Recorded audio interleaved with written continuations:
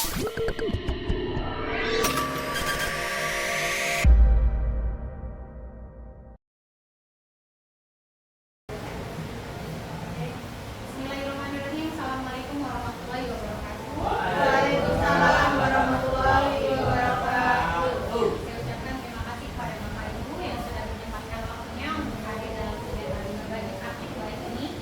Ini adalah aksi nyata yang saya buat. Topik yang saya ambil adalah pendidikan berjenjang, pendidikan inklusif bagi sekolah dasar. Karena sesuai dengan materi yang saya ambil dan refleksi yang saya buat sesuai dengan rekomendasi atasan yang dari kepala sekolah. Permasalahan yang saya ambil yaitu mudah bukan memahami perbedaan individual. Kita akan berkenalan dulu dengan pendidikan inklusif. Apa itu pendidikan inklusif? Pendidikan inklusif adalah pendidikan yang mengakomodasi semua anak tanpa memberikan secara fisik, intelektual, sosial, emosi, bahasa atau kondisi-kondisi lain untuk belajar bersama di sekolah yang tersebut. Tujuannya apa? Untuk memfasilitasi pengembangan potensi anak bangsa secara utuh, membentuk watak dan peradaban bangsa. Lalu apa sih manfaat kita mempelajari pendidikan inklusif?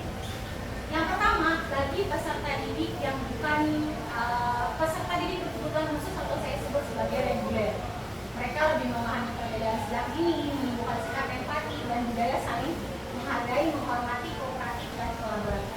Lalu bagi peserta didik yang berkebutuhan khusus itu sendiri, dia bisa lebih percaya diri, bisa mengembangkan kemandirian, aktif interaksi, dan dia merasa bangga terhadap dirinya sendiri tanpa merasa ada kekurangan, walaupun dia berbeda dengan peserta didik yang reguler.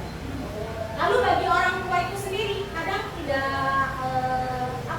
kita pungkiri ada beberapa yang anak muridnya atau peserta didiknya yang berkebutuhan khusus, dia merasa rendah diri. Tapi dengan adanya